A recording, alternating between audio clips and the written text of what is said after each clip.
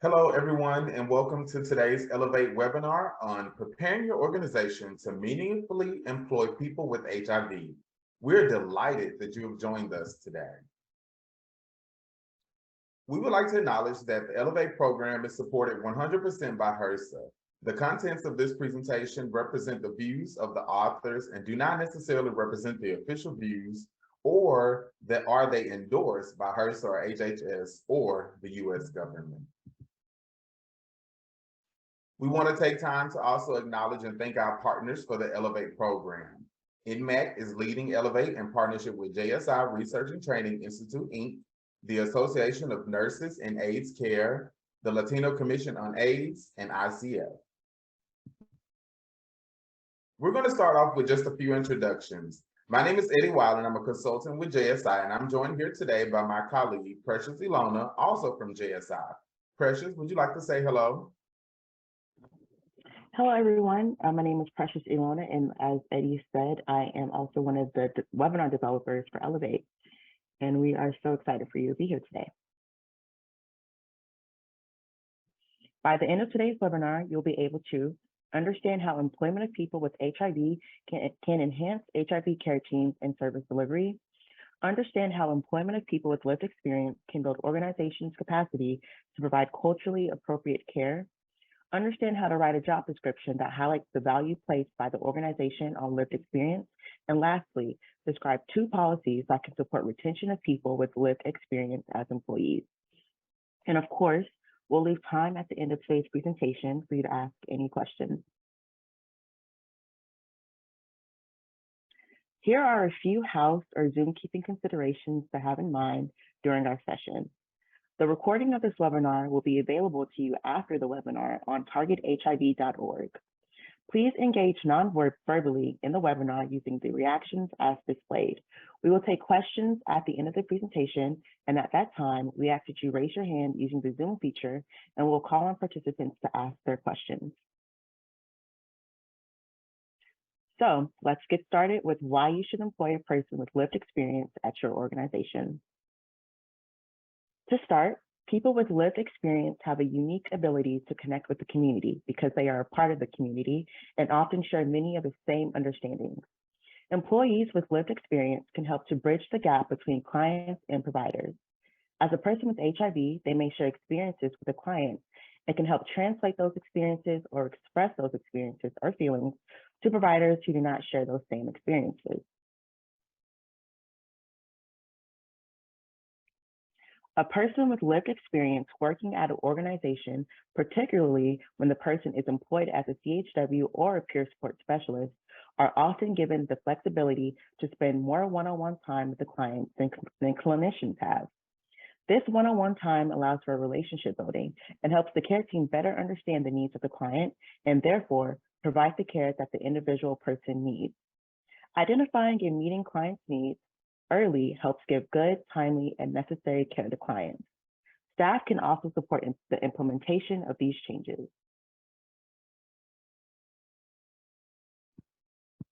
Regardless of job title or role, people with HIV understand and may have experienced many of the same barriers to care experienced by other people with HIV in the community, and they may have an innovative idea to help overcome those challenges. Moreover, people who are community members may also be able to identify community strengths that the client can draw on to overcome some of their challenges. People engaged in the system and connected to the community can share their experiences with their teams, which may lead to innovative ways to reach the community or to provide care. Over time, trust forms between the employee and their clients, and through these trusting relationships, the clients may open up and share important information related to their health with their providers that they might otherwise feel uncomfortable sharing.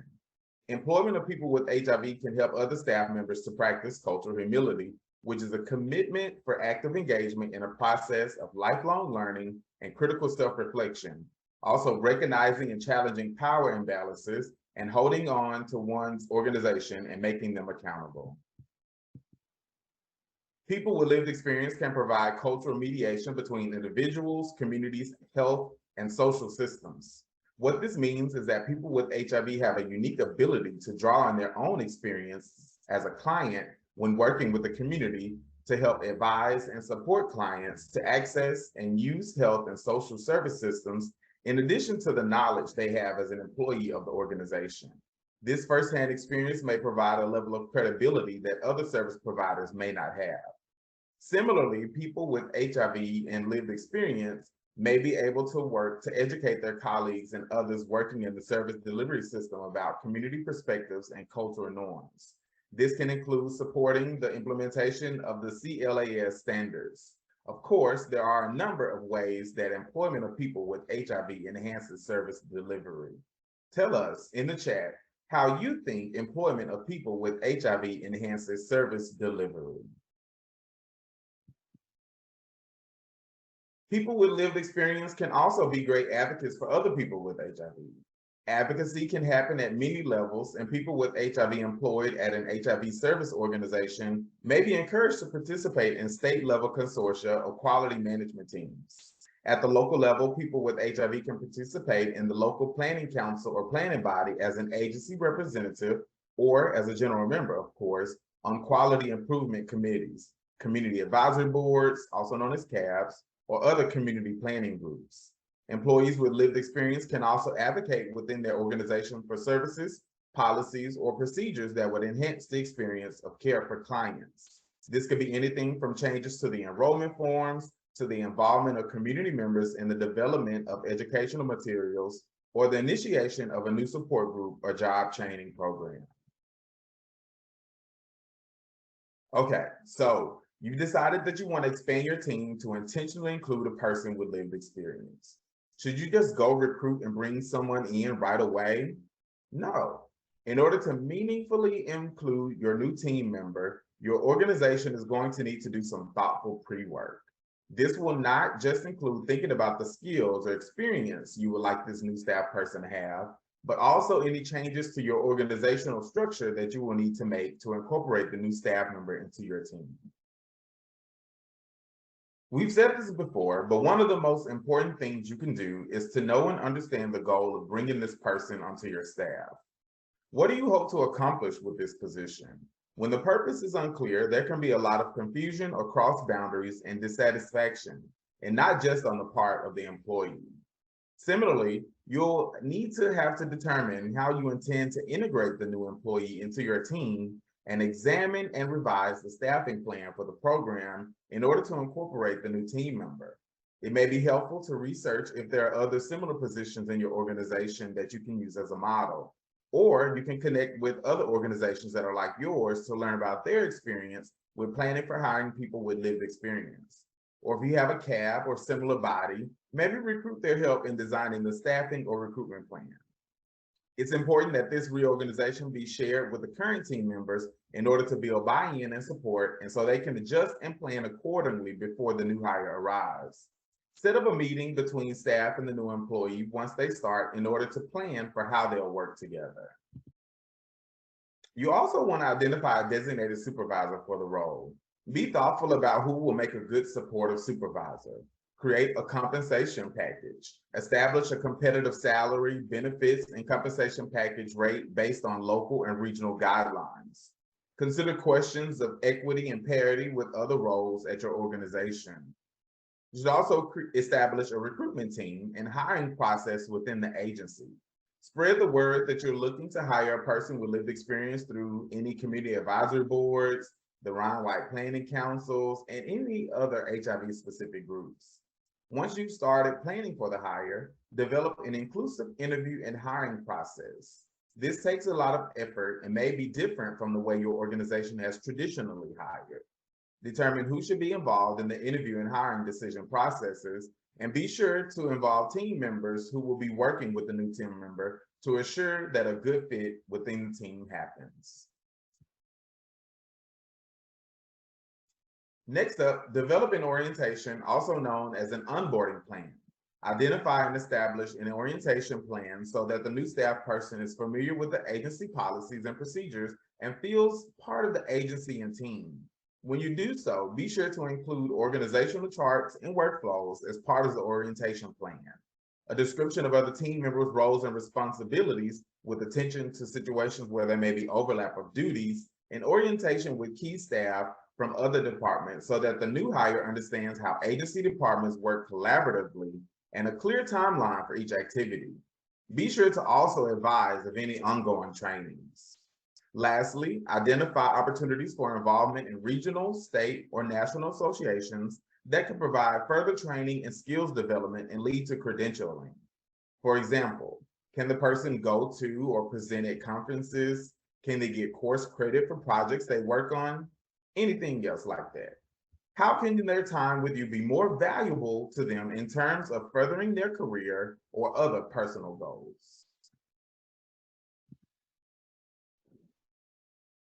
Lived experience is an important qualification, but it can be challenging to write a job description that effectively conveys what it is that an organization is looking for in a candidate.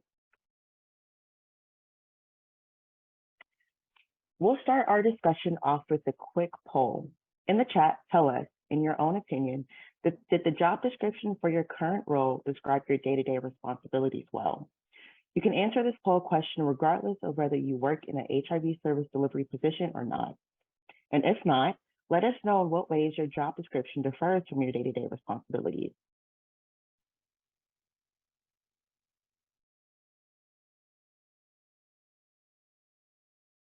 All right, thank you for that. In this next section, we'll talk about what you should include and we'll walk through a sample job description.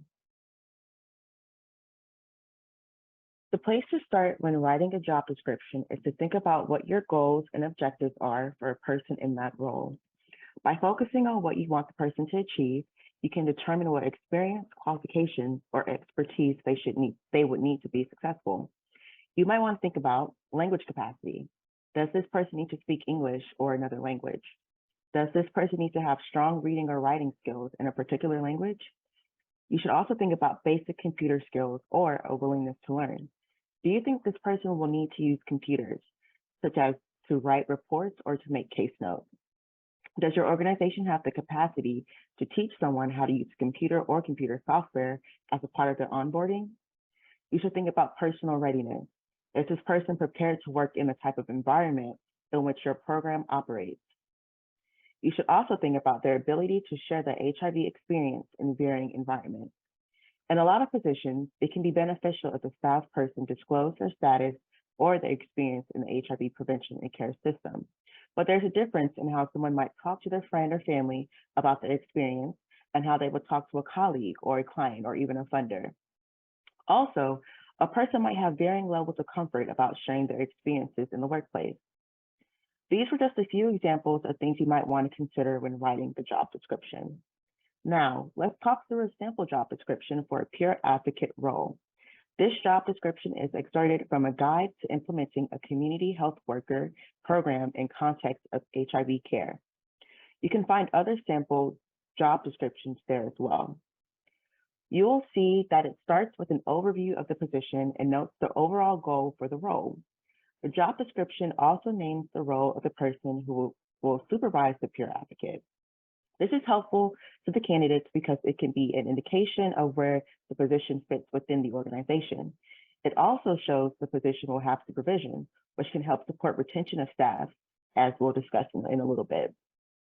The job description then lays out in a detailed way the activities that the peer advocate will be expected to perform or participate in this role. This can both help orient someone to their new position and be helpful to refer back to during supervision. Now, on the second page, we see that there are some minimum qualifications for the role. For this organization, these are the must-haves in order to be eligible for the role.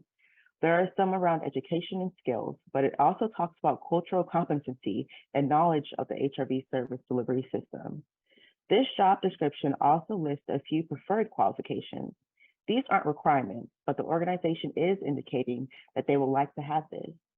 They note that they'd like the selected candidate to be a person of color living with HIV and for the person to have participated in consumer leadership training. In this instance, consumer means a user of Ryan-White HIV/AIDS program services. And as an aside, I think Elevate would count. The last thing you see on the job description is a place for the signature of both the employee and the supervisor. This will be completed after a person is hired and is really there to serve as documentation that everyone involved, the supervisor and the new employee, understand their roles and responsibilities as it relates to the peer advocate's work. Ideally, the supervisor would have walked through this job description with the employee when they are hired and will use it as a tool during supportive supervision. So now, in the chat, tell us, do you regularly refer to your job description as a part of supervision or performance reviews? If not, would you like to? And if you do, tell us, do you find it helpful?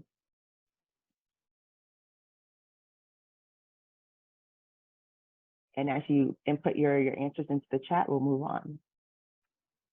As it was mentioned a few moments ago, organizations hoping to employ people with lived experience need to ensure that they are prepared to support their employees to be successful at the organization so that they want to stay.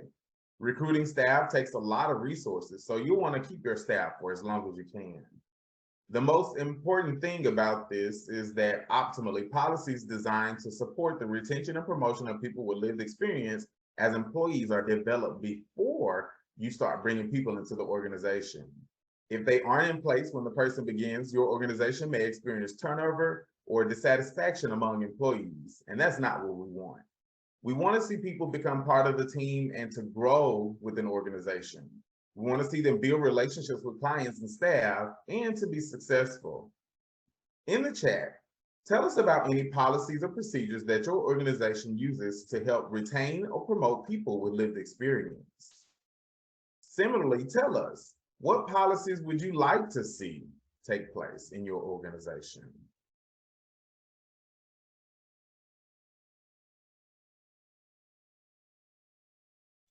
Thank you for sharing.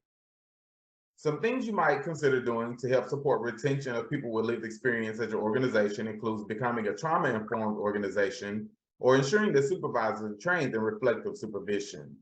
And of course, it almost goes without saying that you need to value your staff with lived experience for the expertise that they bring to their work and the value that they have.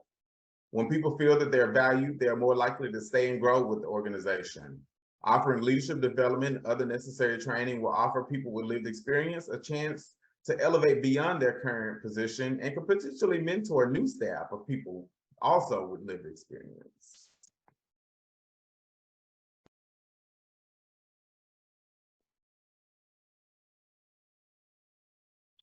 If you're interested in learning more about this topic, check out the Community Health Worker Implementation Guide. It's a great resource that contains a variety of sample materials from the field that can be useful to you. We also encourage you to check out last year's HRSA webinars on hiring people with HIV. We'd also like to thank you again for joining us today. We have some time for questions and answers, so go ahead and think about them and chat those in now while we make some announcements. Please also take a moment to complete the evaluation. We'll also chat this out, and we'll also chat the link out now, excuse me. Our next webinar will be a Let's Talk About It webinar focusing on quality management. Register for this webinar and others on our website, targethiv.org/elevate. We hope to see you next time. And if you have any questions about the Elevate program, you should contact Charles Shazer or Lauren Miller at INMAC. And now we have some time for questions and answers.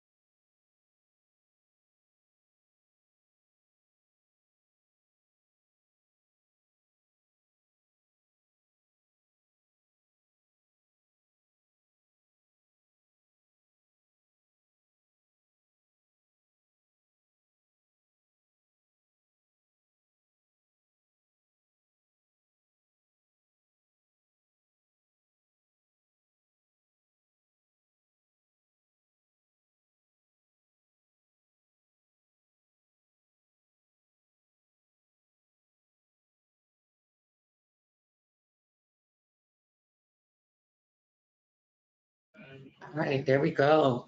Thank you everyone for joining us today for our webinar. I want to first start by thanking our communications team here at MAC for helping us to get this set up today with our new platform, which is going to be GoToWebinar. So we've transitioned from our Zoom platform to now we're here using GoToWebinar for our upcoming webinars.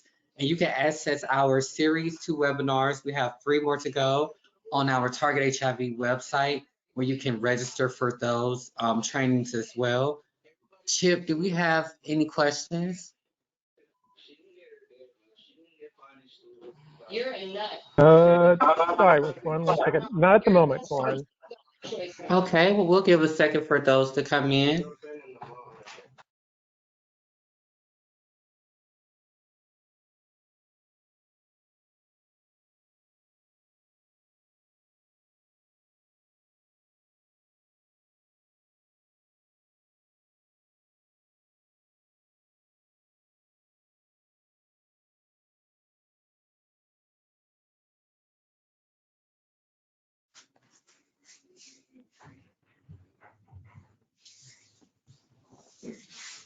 All right, and also thank our team at JSI, Eddie Wiley, Michelle Dawson, and Precious Ilona for the beautiful work that you did on the webinar.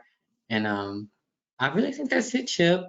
For any other further information that folks might have, you can follow us where you can go to our Target HIV/Elevate website where you can be able to find out about our upcoming trainings.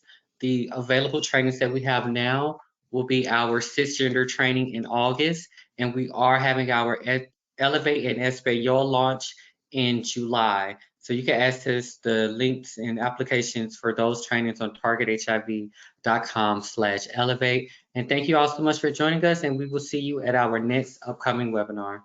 Thank you, Chip.